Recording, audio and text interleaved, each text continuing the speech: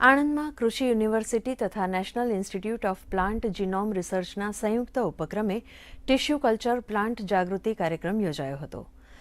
National certification system for tissue culture raised plants એ રાષ્ટ્રીય સ્તરની યોજના છે, જેનો મુખ્ય હેતુ ખેડૂતો સુધી ગુણવત્તાસભર, રોગમુક્ત અને 2-2 ટાઈપ ટિશ્યુ કલ્ચર છોડ પહોંચાડવાનો છે.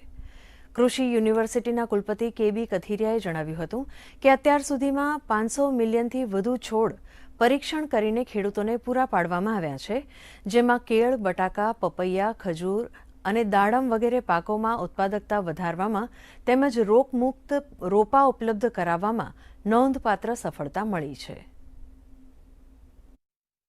આવા જે ટિશ્યુ કલ્ચરના પ્લાન્ટ છે એ પ્લાન્ટને આપણે એક્સપોર્ટ કઈ રીતે કરી શકીએ ગુજરાતમાંથી, એ પણ ખૂબ જ અગત્યની બાબત છે. કારણ કે ઘણા બધા દેશો એવા છે, નેધરલેન્ડ જેવા, કે ખૂબ મોટા પ્રમાણમાં બીજા દેશોની અંદર જુદા જુદા પ્લાન્ટ છે એ એક્સપોર્ટ કરે છે. તો આવી જ રીતે આપણે ગુજરાતની અંદર આજે ભારતની જે એક્રેડિટેડ લેબોરેટરી છે એમાંથી 50% લેબોરેટરી ગુજરાતમાં છે.